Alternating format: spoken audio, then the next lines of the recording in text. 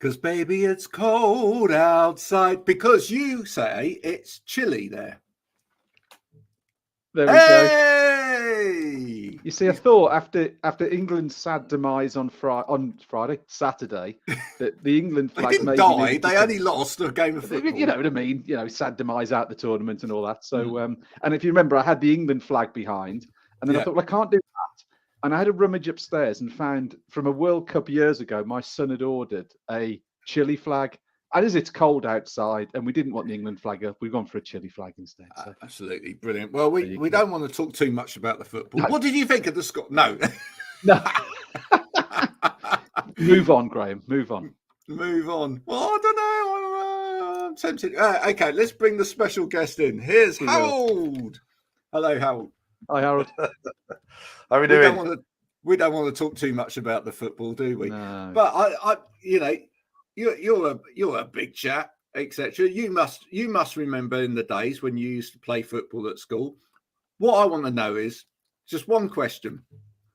Back then, when you're forced to take a penalty, you didn't have any skills to do all of this bendy and all of whatever.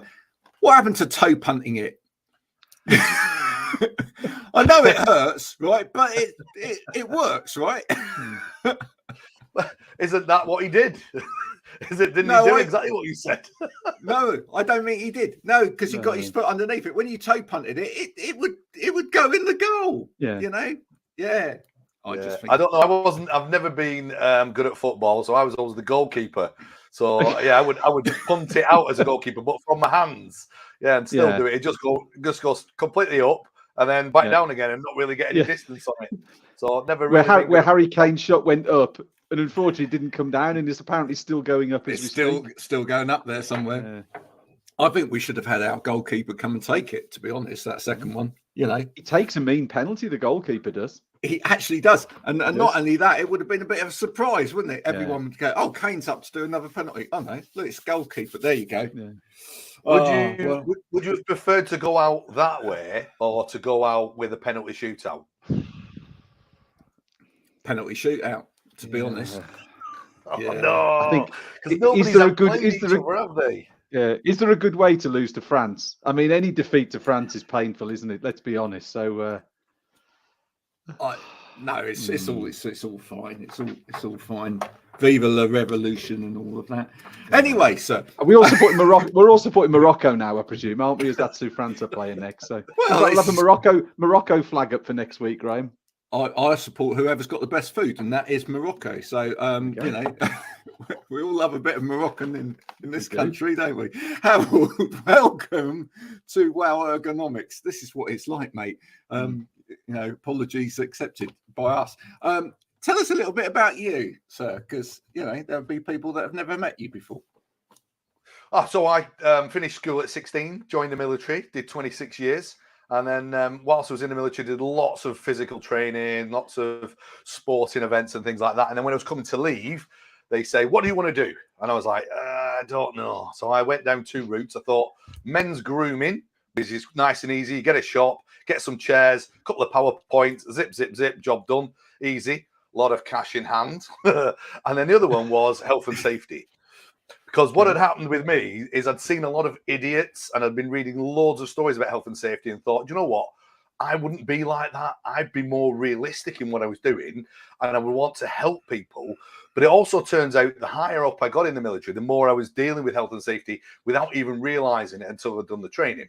So I had stores which had a load of kosh. We were having bullets. We were storing bullets and missiles and explosives. We were going on ranges and shooting live bullets. So these all have to have what we call a RASP, which is a Risk Action Safety Plan. What we would know nowadays in our world is as a risk assessment. And it's the same with exercises. You send troops on exercise. You don't just send them out in the woods and let them do what they need to do. You have to have an EASP, which is an exercise safety plan. So, and I thought, do you know what? I'm already doing this. So why try to requalify and get into an area I'm not familiar with? Why not just get into health and safety? And one of the areas that I like is two. The first one is the physical side. I've suffered with injuries myself, and I've learned through mistakes. And I thought, I don't really want people to do what I've done and make their mistakes. The other one is the mental side, Because if you are physically injured and can't do things you enjoy, or you're doing things and you're feeling discomfort while doing it, it can be quite annoying. But also, if you speak to people who've had 6-8 weeks sat on the sofa, not been able to do much, struggling to get up and move after having a physical life, it starts to have a detrimental effect on your mind. So I believe that both of these two things are actually inextricably linked. So I tie both of them together, physical health and mental health. But I do them as separate subjects, but I do reference both of them during the training. And that's what I've been doing for the last 14, 15 years. And just learning as I'm going and listening to other people and meeting people like Steve with the ergonomics of, things like this. And also things like this, or you can't see it, my little keyboard. Learning and having a go and trialing and finding people out there that when I do see something, go, oh, you know what you need, or who you need to see to speak to, and just getting all this stuff out there and helping people where we can, because we're becoming more and more relaxed and we have less activity in our lives. We're designed to be up and moving, and we should be. So when we do try and do these little things like play football in the back garden, we end up pulling our hamstrings or something because we've been sat still all week for maybe 40, 50 hours and our muscles and our tendons have shortened. Yeah, I wonder actually how many people did that during the World Cup. It's certainly something that I used to do as a boy. You'd watch football on the TV, and then 5 minutes later you'd be outside trying to replicate it, and you'd all go, "Well, I'm Dalglish, and I'm Kevin Keegan, and I'm showing my age now, and whatever else, and you'd be out there playing." But I bet there were a few idiots that would, straight out from the pub, and then straight out. He's gone straight out from the pub. And straight onto the football pitch. Yeah. Now, listen, you said right at the beginning of that you watched from a distance some people in health and safety who were idiots. Without naming names, what did you classify as an idiot in health and safety terms? So it would be. Do you know what? I shouldn't say it was actually stories, so it wasn't specific people or individuals. It was stories. Yeah. So, for example, I read a story about a swimming baths in Blackburn.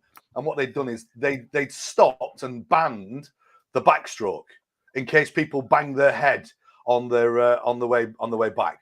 And I was like, that doesn't make any sense, because if you look at every single pool, they've always got some flags that go over at the 5 meter point before the wall. So if you're on your back, that's what it's designed for. So therefore, if you're swimming backwards, there's a wall there, and you can see these flags, and you go, all right, 1, 2, 3, right, the wall should be there. So why would you ban something and ban somebody wanting to do something because you're an idiot? And usually, without trying to slag too many people off, Graham, which is what I think you want me to do. No, of course not.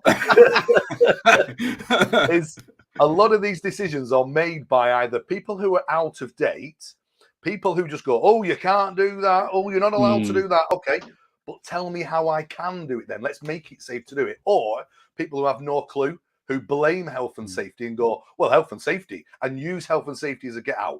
One of the last things I ever do is say, you've got to stop doing that. What we need to do is we still need to do it because it's being done now. Let's look at a better way, or an easier or a safer way. And it's like, for example, let me give you another one. Do you know conkers in school have been banned? Yeah, that's mad. Do you know there's never been one reported case of anybody going to hospital from a school after playing conkers? It's bonkers, that conkers, isn't it?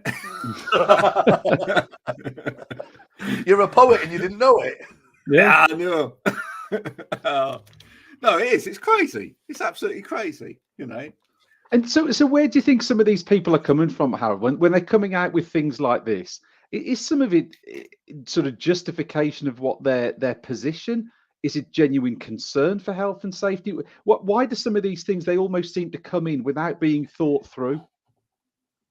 Yeah, I think it's either old school, because when I first started, make myself sound really old, but 15 years ago, the people who were coming to the end of their health and safety career were usually the union reps. And obviously the union, if you think back to the 80s and 90s, the unions, they just would say of whatever was being said. So the company says, oh, like, oh, no, my members want it in white.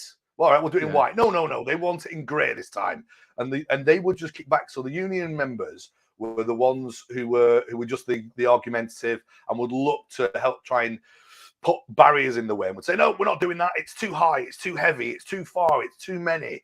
And they were the people. But we've gone through this change, and I'm quite happy to be part of this change where people are becoming more realistic. And if you see some of the videos that I do with regards to the handling of things, you'll see they're not cardboard boxes. They are real things. Today I was inside an aircraft handling bags, and a story this morning that there's a massive shortage of baggage handlers, and somebody at Manchester Airport had to wait 90 minutes after an internal flight to get their bags. And I was like, "Rrr." And I know why, because it's not the best job, it's not the best conditions, and it's not the best paid. And what happened in that industry is during lockdown, they went, right, we'll sack you all, and sacked them. And then when they were allowed to fly again, people had already gone away, got new jobs, realized that there is better employment, better, because the social times, the times for working, so the social side of that employment, and went, why didn't I do this years ago? And then when they went, right, you can all have your jobs back, they went, we ain't bothered. And they went, well, we'll give you an extra £1,000. And people have gone, I think actually my lifestyle is better now, and didn't go back. So they've got a shortage of them because they treated them bad. And this is the thing, isn't it? I think health and safety and helping your guys to live and work and be safe is an easy win for management, but they don't pay it the attention and they don't really care. And I've even had horror stories where I've seen a guy lifting some bricks really badly, real heavy ones as well, granite ones. And I said, that guy's going to hurt himself. Can I have a word with him? And his manager said, oh, don't worry. He's a contractor. If he hurts himself, I'll get another one. And I was like, what? You are joking me. That's the thought process. Expendable. It's fine. Oh my goodness! Isn't it interesting, Graham? What Harold's saying there? One of the things we've talked about is the impact of lockdown and COVID and all the changes that have sort of come in. But you're then seeing all sorts of people. The whole Great Resignation piece that we sort of kicked around and still do to a degree because it's still quite relevant. But Harold's then sort of saying, the baggage handlers. People are actually recognizing that what they were doing, actually, I can go and do something a little bit better. So it just creates challenges there for other parts of the economy as that resource moves from one place to another. How do you instantly backfill it? Because people are needed in those industries, but we don't have the people there because the people who are doing it have realized, actually, there's something better. I'd rather do it. And I like the more sociable, and that's what sociable hours. That's one of the things we've spoken around flexible working, isn't it? The fact that people have been able to drop the kids off, take up hobbies early in the evening because they're not doing the commute anymore. It's still all very much in the melting pot, isn't it? All of these different sort of, I guess, fallout factors from COVID. Yeah, no, I agree. I think I'm gonna be slightly antagonistic and come back on the side of the managers just for a second, right? Because as you will know as well, Harold, there are a lot of accidental managers out there who have landed in these positions of being managers without actually necessarily being given any opportunity to learn how to manage themselves as well. And I think part of the problem as well is legislation or documentation as well. And I've seen it over the years in terms of ergonomics out there. How many times, and we've discussed this before, how many times have we seen someone, or I've been to see someone, and they go, well, yeah, I'm doing what it says on that poster. And I've been told, my line manager says to me, I've got to sit like it says on that poster. And they're sitting at right angles, and they've sat at right angles all day long, every day for hours and hours a day. And then they can't move and their back's hurting. And they go, but that's what it says on that poster, and it's just a misinterpretation of the data. And I think that's a problem a lot of the time, is that people don't actually understand what the data is trying to say. They don't understand, or the sort of guidance or whatever is too woolly for people, and therefore it can be interpreted in a real, way that means that people act on it, but actually there's, as you say, there's no common sense around it at all. Do you find that? So there's a couple of things with ergonomics that I like to sort of poke holes at. And the first one is, I don't know if you've seen our stuff, Graham, but yeah, we do a leadership and communication training that stems from the army. Because in the army, you're there, you have to be recognized as good enough for promotion to the next level. So you go on a promotion course, and then you do an exercise to prove that you're worthy. Once you finish that course, then you're eligible for promotion. And that means you've had the training and you're good and you can step up. You wouldn't let somebody just drive a piece of machinery without giving them the training. Yet when we look at it for managers, what we do is we go, I'll tell you what, Steve's a good lad. He's been here a while. He's good at his job. Let's make him a manager. Now, just being good at your job. It's the first time, isn't it, for everything, Steve? No, Graham. And then just being good at your job and then promoting him to manager and expecting him to then drive that team, if you like. So you wouldn't do it for a vehicle because we value that vehicle, but yet we expect him then to step up without any training and to drive a team. And that's, I think, where things fall down a little bit, is because then they either become, because they're good at their job, they become a micromanager because they go, oh, no, you're not doing it right. Your job isn't to do the job or micromanage. Your job is to manage the people doing it and guide them and coach them. Or you become I'm the boss, and you become a little bit defensive with that. You can come defensive because you're in a little bit of a corner and you're backed in and all these people are challenging you. Or if your first manager was very autocratic, listen to me, do it, I say, you're going to emulate him because that was your first manager, and you go, oh, and what had influence on you, which again becomes a toxic environment. So it's very, very difficult, and it does happen a lot to promote people to managers. Yeah, and then part of that training should be with the health and safety side. Certainly with ergonomics, if we're working in an office, is to have some form of health and safety training. Now, the fact that you have the word manager, supervisor, team leader in your title means you have a responsibility for health, safety, and well-being for your employees, whether you need training or not. Now, I believe it's the companies should empower these managers so they understand and go, oh, I didn't know that. Oh, right, yeah, I have to take that responsibility on because you're getting paid a little bit more. So therefore, you have to do a little bit more. Now, when we come to the posters and things, one of my favorites is if you ever see a manual handling poster, you normally see that it's a box that's about this big. And it's usually when the guys go to pick it up with the back straight, bend your knees, they normally put it and it's away from their body. Well, as we know, anything that is away from the body is 2 to 3 times the weight.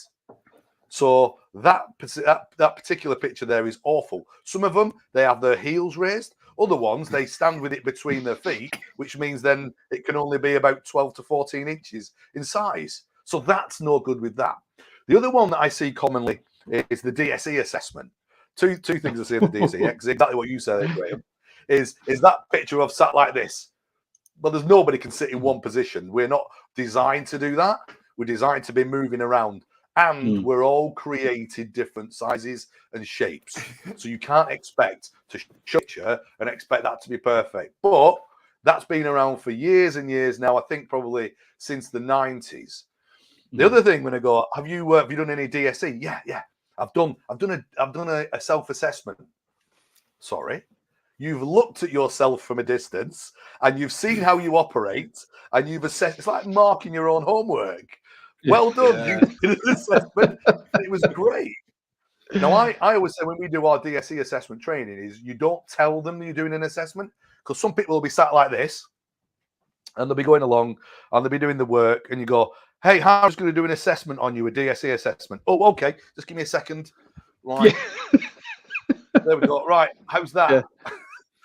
Yeah. Oh, great. Yeah. Do you know really what? Good. This actually happens, folks. This is true life. Okay. Yeah. and the other one is, I've had my training. I go, all right. How did your training go? Yeah, I did an online course. Okay. Let me just, I didn't see you do it, but let me guess. Did it go click, click, click, click, click, click, click, click, click? Yeah, that's me for this year. I've now done. Here's your certificate. Yeah, exactly. Print off your own certificate and stick it on the wall. Yeah, and the only person that's going to go click, click, click, stop is someone that's actually got a real issue, right? Probably, because nobody likes to complain to the managers and stuff like that. Yeah. Managers don't want to hear it because they don't have an understanding about the ergonomics for the office. Certainly with, I want to say oversized, so tall people or wide people or vertically challenged people, because they all buy the same chair and each chair has the seat part that's a standard size. But if your back of your legs where your hamstrings are, if they're short, that means you end up sitting forward, so you're not using the back of the chair. Or very often, people just go and just do the up and down. And I move a chair, you know, where the lumbar support is in a chair. Most of them move up and down, and I'll go, a second, let me move that. And they go, how did you do that? I didn't know my chair did that. Yeah. And then I say, how long have you had this chair? Oh, about 4 years. Oh, that's amazing. That's made such a difference. Because they don't look at the chairs. Actually, yeah, we were also saying as well, Harold, because we've had a number of guests on the last few weeks that are involved in that process in the sector, independent assessors, and we've had specialist assessors on as well. That actually a lot of the question set mean that for a lot of people, they can just go tick, tick, tick, tick, because the questions aren't necessarily asking anything that's going to allow them to throw anything up. For example, we had Dan Williams on, who does hearing impairment assessments and visual impairment assessments. He's visually impaired himself, and you know, he said there's nothing. If you look at the eyesight part of the DSE, there's nothing on there that would say, well, I'm becoming clumsy, or I'm struggling to see this, and I'm struggling to get into work in the mornings. There's nothing that would say that. It's literally kind of, oh yeah, my eyes are getting tired because I'm using the screen. Okay. And then reference, it's like, take a 20-20-20 break and then you're fine. You know, and it's just too simplistic. Yeah, it's difficult though, isn't it? Because it is. It has to be a starting point. There's a massive cost in some of these as well. So I've been in some places where the person's got quite a bad posture or got a musculoskeletal injury, and they have an assessment for a chair. Now I asked this the other week actually. I said, how much was the assessment, if you don't mind me asking? And the assessment was £900 for someone to come in, look at the person, measure the person, do all that, and that's just the assessment. And then they go away and they make a bespoke, tailor-made chair for them. And then the chair comes in and it does all the way up and it does everything like that, which is great. And the chair came in at £1,700. So you're looking at £2,700 for this chair to be made for this one individual. Now that, guys, is a lot of money for a chair. And then when you get it, and I was looking at it, it goes, right, what adjustments can you make on it? And they go, oh, it doesn't have any adjustments. What? So now I'm going to be fixed in this position. I'm going to be a £3,000 chair that has hardly any movement in it. I reckon it would. I reckon it would have adjustment in it. But we've had that conversation as well. You know, that a lot of the time people get equipment, and then when they get equipment, nobody shows them how to use the equipment. Yeah. Or the training that goes with the equipment is literally somebody comes, sets somebody up, and then they're set up, and then they won't move because they've been set up. So they won't make the adjustment. The chair could have the most amazing adjustment on it, right? I remember going over to Germany to see a chair over there that had a fiberglass that had been designed with NASA, and this chair would literally twist with your body, etc. You know, but they struggled to bring it over to the English market because in England, people would just sit on it. and they go, it moves with your hips and everything. And they go, don't like that. Don't like that. Don't, it can't move. Can't have a chair that moves. You know, well, sit on a box then. You know, you might as well actually just get a box and sit on it, because if you're not going to use the dynamic mechanism of a chair, what's the point of the money? Yeah, and some of this stuff's getting a lot better and a lot cheaper as well. I remember when electric desks that go up and down first came out, they were upwards of £900 to £1,000. I've seen them in, I think, IKEA last week for £300 to £400, and that's the motorized ones. So you can then have that change and go from sitting to standing and then back again without too much outlay. Because desk is probably 300 to 400 quid for a starter one. So that's not too bad that allowed them changes. One of the things we were talking about on our last show with Mark Walker from Balance, we were talking about sit-stand desks and use or lack of use. When you go in to see people, Harold, any experience of people with sit-stand desks and whether they actually use the sit-stand function, or do they just suddenly stand all the day instead of, you mentioned before, it's all about movement and fluctuating between sitting and standing. But any experiences around the whole sit-stand desk piece, and what sort of challenges has that sort of brought to you? So a couple of things. One of them, and go, oh, I like that because someone else has got it, and want it as a gimmick just because someone's got it. And I've been into one place and she went, oh, I want a stand-up desk. And I went, why? She goes, I'd rather stand up all day than sit down. And I had to say, can I say to you that's probably not the best thing? What I would suggest is having one that did both. Not say I only want one of them, because once you've got it and it's fixed at that height, you are then standing all day no matter what. I think the best thing there, Steve, is to have a choice of both. So I've been to some places and I've seen people using them and go, how often or how long do you use it for? They go, I'm here all day. I stand here all day and I use it all day. Now, I'm a big, and I think stand-up desks are really good, but you also should have the opportunity to sit down if you feel and that you want to. So it's more about options for people and giving them the education and letting them have a choice as to, do you want to stand up, do you want to sit down, or do both, depending on how I feel. If you've got some sort of, let's say, arthritis, then you have good days and you have bad days. So some days you may want to sit, others you may want to stand when you're on a good day or when the weather's nicer. So I think it's more about options for the individual, because we're all created different. Absolutely. Yeah. I mean, if you've got someone with MS or chronic fatigue syndrome or something like that, they're definitely not going to stand up all day. I like this. Jody said desk envy. It's real. It really is out there. In fact, ergo envy is real as well. I believe that one of the problems with ergo things is that some people see something on someone else's desk and go, I want that, even if it's not the right thing. Can I tell you a story? So when we was in Afghanistan, we had a massive open plan office with 100 officers who were all doing a lot of admin, and there was a girl there. And what every time I went through, what I saw was they all had like the 15-inch screens. I went in, she was always like this, looking really close. She had a spreadsheet, and the spreadsheet she was doing all the flights. So they were coming in, when they were going, who was on what flight, and it was massive. And she was just always really in. So I went, right, let me go and see what I can do. So I went to see somebody, and I came back with a 22-inch screen. And I went, right, have a go with that, see what you think. And she went, oh, that's so much better. And I went, right, and it allows you now to sit up, right, rather than being in close, because she needed to see all the data from all the stuff. And so, within 2 days of giving that, I'd had 20 requests for bigger screens when they didn't really need them. But they like the look of, oh, shit, that looks really good. I want one of them. That would be great when the football's on. Yeah. I'll have one of those. I want to ask you actually, Harold, because this takes me back to I made them do. Sorry. No. This takes me back to my days when I used to do stationery and stuff like that as well. One of the things is that, and in fact, Stephen used to be in the stationery trade, so he'll know about this as well. Is that one of the things is you get rules around weights and how much weight someone can lift, etc. And then and someone will go in an office and they'll say, I can't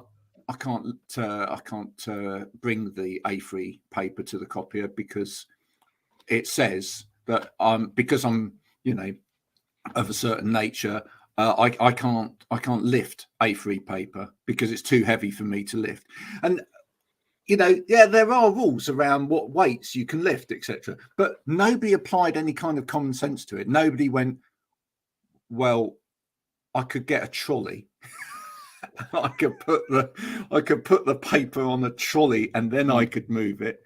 It would just be, I can't do that because the rules say I can't. Do you find that a lot as well, especially around manual handling? People are like, so with the jump on the rules. So when the weights, it says, well, it doesn't say anything. It says The recommended maximum weight is 25 kilos for an average person. Well, first of all, it's recommended, and second, what on the earth is an average person? Yeah, I don't know. I think we've covered that one. So the other side is, who is responsible for your health and safety? And the answer to that is you. So you decide what you're comfortable lifting. And there's a difference between lifting and shifting. So, for example, I do a lot of work with beer kegs, delivering beer kegs. And some of these are up to 160 kilos. Now, we tumble them off the vehicle, we roll them along, and we stand them up. Never do we lift them. And we do lift them, it's going to be a 2-person lift, and it'll only be a small distance anyway. But we still have to lower them into cellars. So we are handling things there, and the handling and lift. One of the things I would ask, Graham, is if you saw something small and light, let's say a £5 note on the floor, and you bent over to lift it up, would you or could you injure yourself picking that £5 up? Yes. Well, it's not heavy, is it? It's just £5. No. So one of the weights that you will get from the ergonomics side of desk and DSE is your own body weight. So for me personally, from my waist up, I am 50 kilos. So if I lean forward at the waist, ignoring the legs, and use my lower back as that position, that means the 2 vertebrae are going to squeeze on the disc. That's a 50 kilo pressure on my lower back just to pick up a fiver. Now, I'll up things at low level, but imagine if I'm sat at a desk and I'm only leaning forward ever so slightly, only 10 or 15 degrees, but I do that for 6 to 8 hours a day. That's the pressure building up. Now, I'm not even lifting, and there's so many people who say to me, oh, I work in an office. Don't worry about me. I don't do manual handling. Or I use a forklift truck. Don't worry about me. I don't do manual handling. We go, how does that pallet get on the front? What do you do with the empty pallets? What about your body weight? Do you ever get sore neck and shoulders? And they go, yeah. I go, what's causing this? So one of the biggest weights that we always start with is your own body weight. And people forget all that. And what they do is they look at numbers and go, oh, that's heavier than that. But that's irrelevant, really. Your starting weight is your own body weight.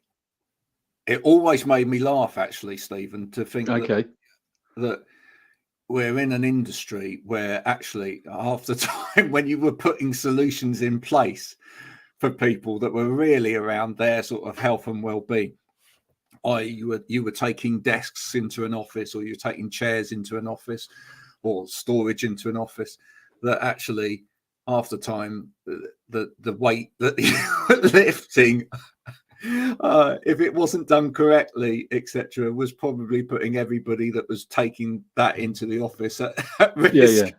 I think that the heaviest thing I ever lifted was a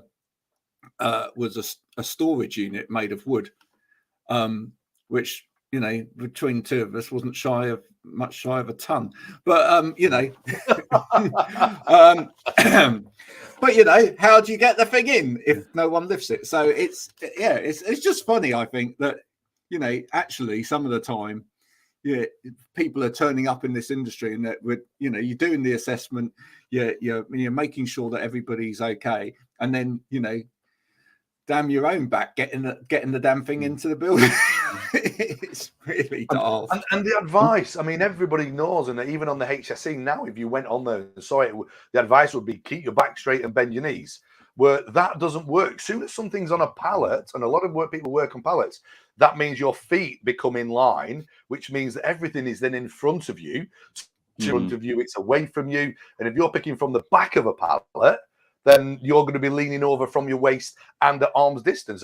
If you've got any small grandchildren, just hold the distance and see how long you can do it. They may only weigh sort of 15 kilos, but you try and do that for longer than 5 seconds. And this is what we do in industries. We have it. So there are techniques that we use. So, for example, I was doing some aircraft batteries, and they were in a nice green solid container, and they had handles on the side, and they weighed 50 kilos. And I asked the guys, I said, how do you do these? And he went, we use 2 people. And I was like, good. If that's your choice and that's your SOP, then please carry on using it. Let me show you this technique. And I used the corner, and I brought my hips through in a hip hinge, and I held it with my arms locked out, so we don't have them bent, so it puts pressure on the bicep. And all I did was just push down, stood up, and I was talking like I am now when I did it. And I said, guys, does this look like it's quite easy?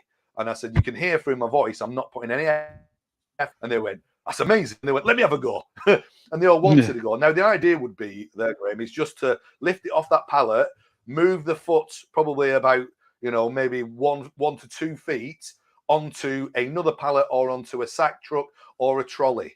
But then you can do it by yourself if you feel comfortable. And as I said earlier, I was comfortable doing it. The other guys did it and they went, wow, I'm going to do it like that now. And that's the beauty of using the correct technique, because you'll see some of the power lifters, they use good technique and they're lifting some serious weights, but it's about the technique. And if they fail, they stand up, they walk away and go, I'll have another go later, because they're not putting pressure in some of the weaker parts of our body, like the lower back or the discs, which squeeze in the vertebra in the bad position. Yeah.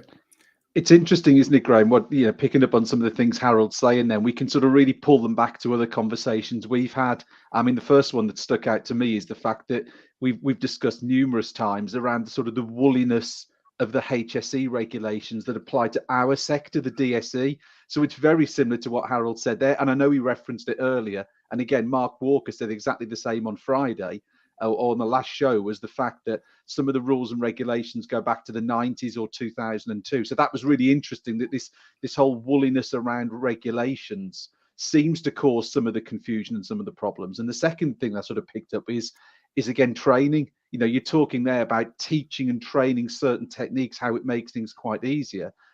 And or easier. One of the things we've said about is actually how to use equipment, how to use chairs specifically, how to use, whether it's monitor arms or whatever. Just by teaching someone the right technique makes a whole lot of difference. So the couple of things that just really stuck out from today is that education piece, and the regulations actually sort of causing potentially more issues than actually helping with them. Well, yeah. Imagine if Harold in his army days was still doing health and safety checks around stuff that they were using in the Cromwell Wars. It's almost like that, isn't it? You've got to stay relevant to the time and the equipment and the type of exercises that are being carried out with at any particular time. Otherwise, as you say, you go back to 1992. What equipment were you using in an office in 1992? For a start, you were using a massive, great CRT monitor. Yeah. Right. Nobody had a mobile phone. If they did have a mobile phone, it was a brick. But it's there's so much stuff that we use in an office these days which looks nothing like we did in 1992. So you can't take a set of regulations or recommendations that were made around then and say, well, that's relevant for today. It has to continually evolve. Otherwise it's not right. I think you're right. Do you know what? Do you need to back up that to enforce that? So 1992 they were written, and in 2002 they were revised. And musculoskeletal injuries account for a third of lost time in the workplace. Guess what? Okay. A third of the lost time in the workplace is in 2022. The same thing, because nothing's changed and it's all accepted. The only thing that's happened is I have seen some HSE guidelines and they've said industry needs to get more innovative in its approach to musculoskeletal injuries. So they've thrown it back there. But if you say, it's quite interesting you said, Graham, when you think now, you're quite right, office environment, I've got a nice 28-inch curved screen that I'm looking at here, which is great.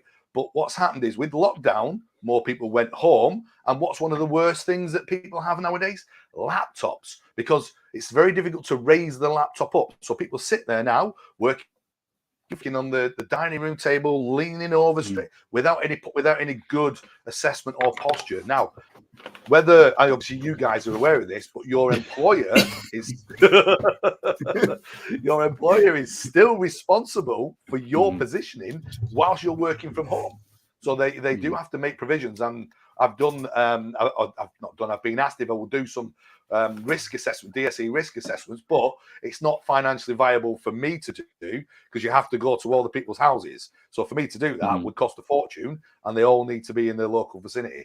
But we have offered that what we can do is help somebody from that business to be knowledgeable in how to assess and recommendations to make. But yeah, it's changing, and it's changing even more now with the blended work and people working off laptops because they take up less space.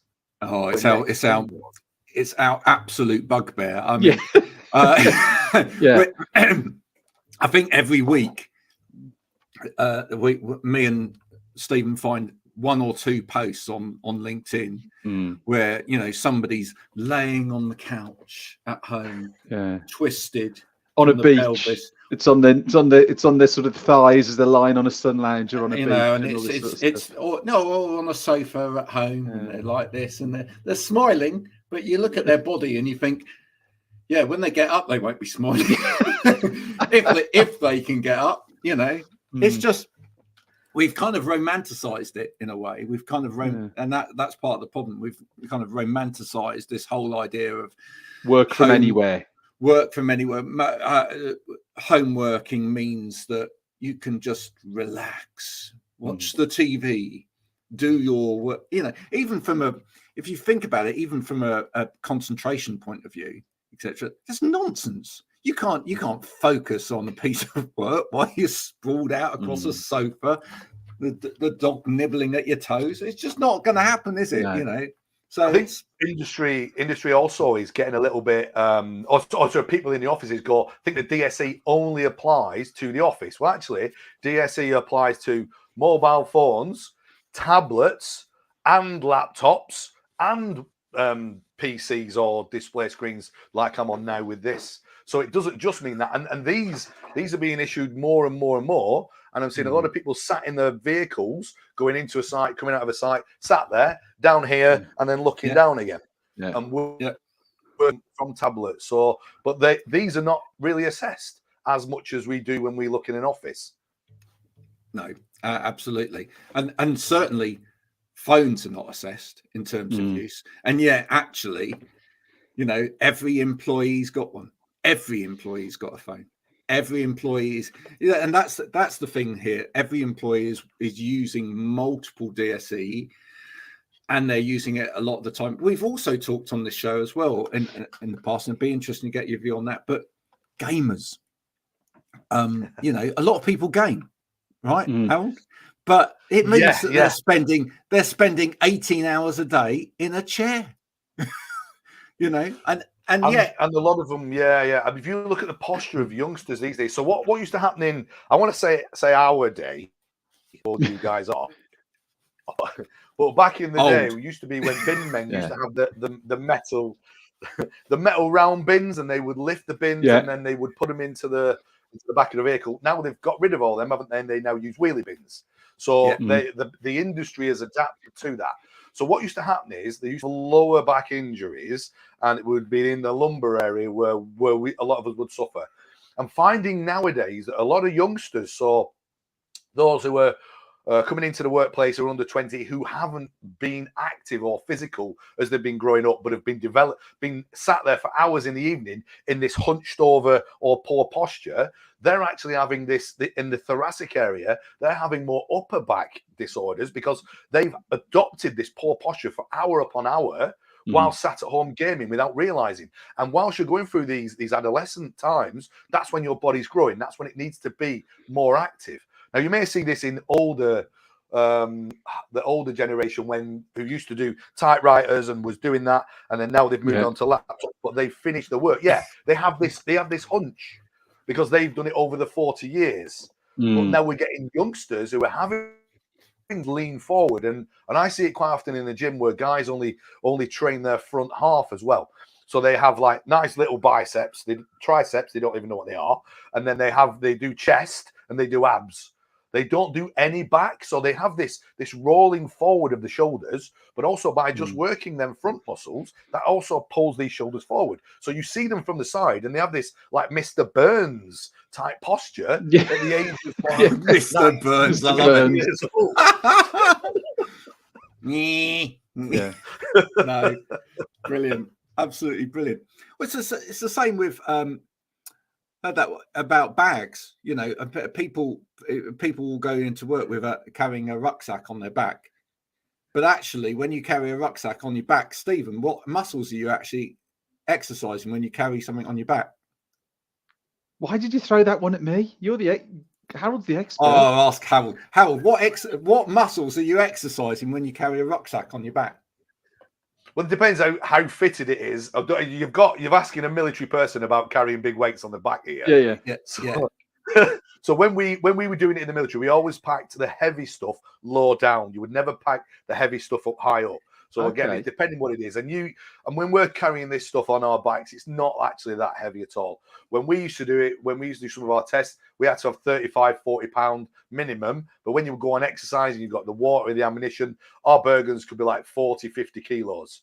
So it had to be packed correctly. And part of that reason is if you pack the heavy stuff at the top, when you're walking along, it's going to push you forward. So you want it all lower down. It's like giving somebody, when you give somebody a piggyback, they put their legs around your waist and that helps it to sit there. And then you have a buckle around the waist there and then a strap here that pulls it around your shoulder. This is all good because if you think about the mechanics of the spine, you have all the vertebrae in line into space with these discs. All the pressure is evenly distributed over these discs. So as long as you can maintain this upright posture and you don't have weight that's high up and far back and is as close to the back piece of the Bergen, when we're talking extremes, then it won't be too bad for you. Yes, your muscles will get tired a little bit, and people don't understand how small the muscles in the lower back are. The back looks like a big area, but it's made up of loads of muscles. And obviously, we're looking at the traps at the top there, and then obviously we've got the wings when you start spreading your wings under your arms. Then, so they don't really come into play. So really, only when you're trying to get up and down do we have difficulties. But for a normal day sack or going into work, it's not that difficult, really. I wouldn't have thought. My issue would be when I'm there and I go, right, time to go home, and then I do a massive twist and grab my bag from underneath the desk. And then go, oh. Yeah. No, absolutely. Pull it. But the answer is actually, if you put something on your back, you're actually working these muscles here on your front. So actually, from time to time, it's quite good to put it on your front and actually exercise the muscles in your back to strengthen it. There you go. Unless you're going to the gym on a regular basis, in which case you're fine, as long as you're doing the right exercises, of course. Of course, most people don't go to the gym. So, hence they're actually not getting the muscles at all. Don't even get us started on driving, Harold. Well, don't you think that driving is better than sitting at a desk? Yes, I do, because generally when you drive somewhere, you get out. But having said that, I have seen some appalling injuries from driving over the years. Not from like having a crash, etc., but from driving because of maybe sort of poor clutch control or poor position of the pedals, which means that someone's constantly holding their left leg at an angle, or it's compressed in that area, etc., and therefore they're getting a huge amount of pressure around the hip as they're trying to control the clutch. Quite often a lot of sciatica comes out of that because literally it's just constant sort of wear and tear at a really bad angle there. But ultimately, a lot of these things are about making sure that you break from doing one thing for a long period of time. Even when this is true, I often with the driving thing, one of the issues in industry that I see a lot of that leads to sciatica, but they don't understand how, is dismounting a forklift truck. So when they do their test and the training, 3 points of contact, climbing in, don't use the steering wheel. And then when you come out and you're on your test, you face the vehicle, you step down under control. As soon as you're back and you've passed your test, you're back in the warehouse, they tend to spin, face the direction of getting out. And then no matter how small that forklift truck is, there is at least a 6 to 8 inch. I've got a video the other day of it being about a foot and a half. And you can see where all the paint's been worn off or where the chair is all worn down and the foam's showing. People have done it. Now, I say to them and go, manual handling guys. And they go, oh, I'm a forklift truck driver. I don't do it. And we talked about pallets earlier. But when you watch them dismount, because of the nature of it, they land on that same left leg. And as I say to them, your ankle, knee, and hip, and then into the lower back. And I say, and they go, "Do you think that's why my knee hurts?" I go, "Maybe." Really? Yeah. Really? Yeah, there is a lot of common sense. It's funny, isn't it? I've said this before to Stephen when I used to go out assessing. Sometimes people look at you and you can see before you've even talked to them. You can say something like that. You can say, "Does your left knee hurt?"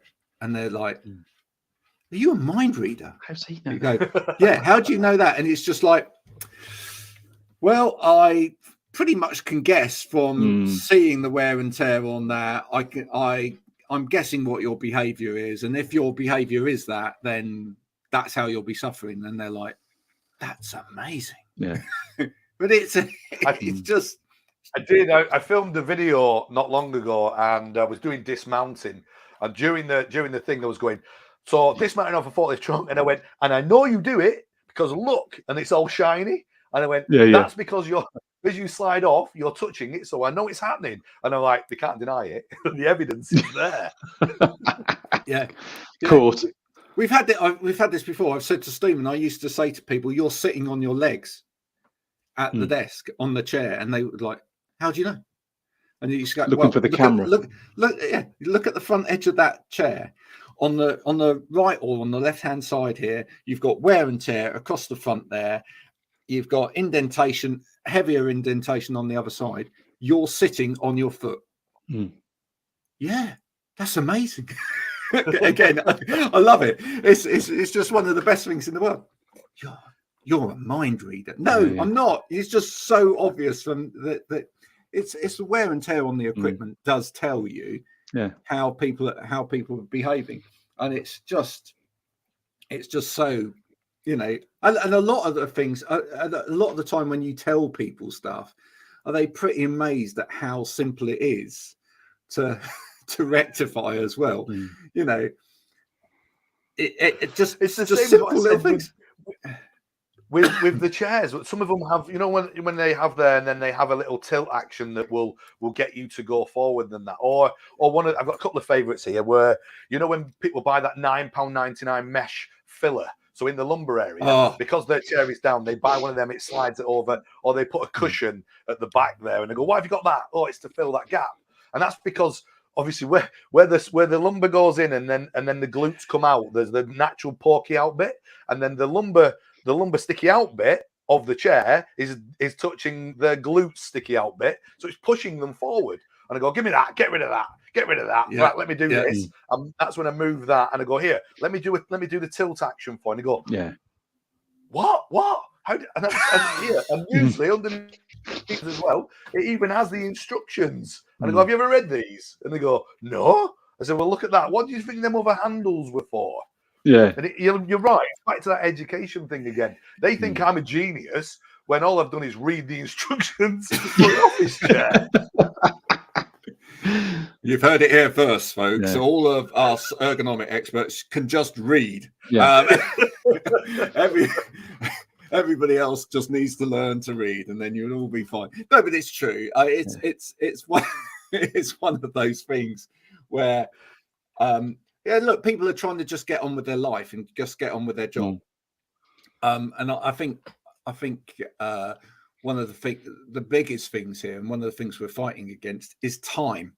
I think ultimately for all of us, if we can get people to stop, and I think that's the big talent, actually, that any of us that are in the sector that are making a difference have, we somehow find a way of getting people to stop and look at what they're doing, because they're just not taking the time to do that.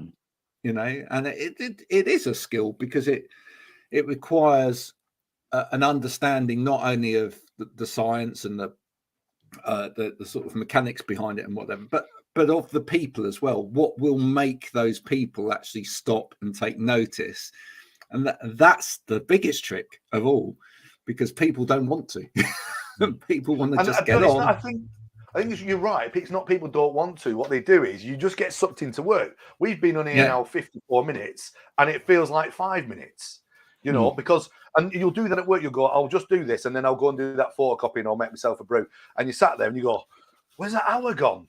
You get sucked in. This is the whole thing with social media. You must have done it, guys, where you go on social media, I'll just quickly check this, and then half an hour later, what happened there? So I don't think you knew. So one of the tips I do, I say, you talked earlier about the 20-20-20.